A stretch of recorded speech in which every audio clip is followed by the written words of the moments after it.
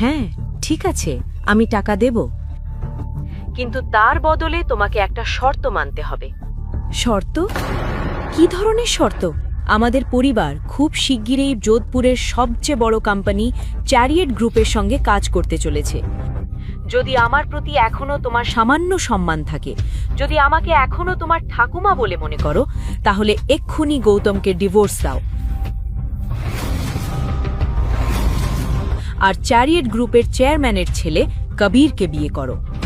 ঠাকুমা, আপনি এমন কথা কিভাবে বলতে পারেন? এবার তো গৌতমের কোনো দোষই নেই। দেখো, আমি কিছুই জানতে চাই না। তুমি যদি আমার শর্তে রাজি হও, তবেই আমি সাহায্য করব। ঠাকুমা, ড্যাড তো আপনারই ছেলে, আপনি ওনার সঙ্গে এটা কিভাবে করতে পারেন? আর আজ অনিল যে সমস্যায় পড়েছে সেটা তোমার কারণেই। তাই তুমি যদি আমার শর্তে রাজি হও, আমি টাকা দিতে প্রস্তুত।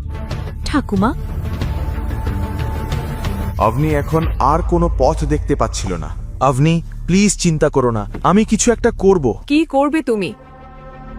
এত বড় টাকার জন্য রাস্তায় ভিক্ষে করবে?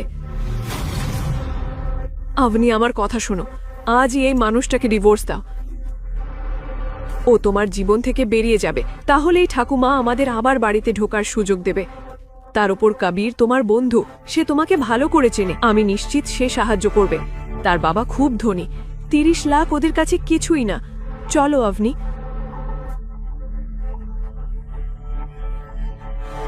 কিন্তু কবির সম্পর্কে এমন একটা সত্য অভনি খুব ভালো করেই জানত। কবির হলো শেখর আনন্দের একমাত্র ছেলে, যিনি চ্যারিয়েট গ্রুপের ভাইস চেয়ারম্যান। ছোটবেলা থেকেই সে ছিল একজন প্লে বয়। প্রতি তৃতীয় মানুষের সঙ্গেই মেয়েদের কথা উঠত। প্রতি 4 দিনে কোনো না কোনো নতুন মেয়ে তার শিকার হতো। তার বিরুদ্ধে বহু কেস ছিল, কিন্তু শেখর আনন্দের ক্ষমতা আর প্রভাব এতটাই শক্তিশালী ছিল যে কেউ তার কিছুই করতে পারেনি। কবির বহুবার অভনির ওপর হাত দেওয়ার চেষ্টা করেছে। কলেজে থাকাকালীনও সে অভনিকে ফলো করত, কিন্তু অভনি কখনো তাকে পাত্তাই দেয়নি।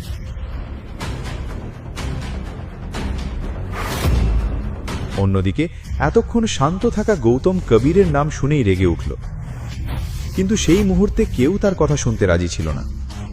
সে সঙ্গে সঙ্গে ফোন বের করে শোরুম থেকে বেরিয়ে গেল।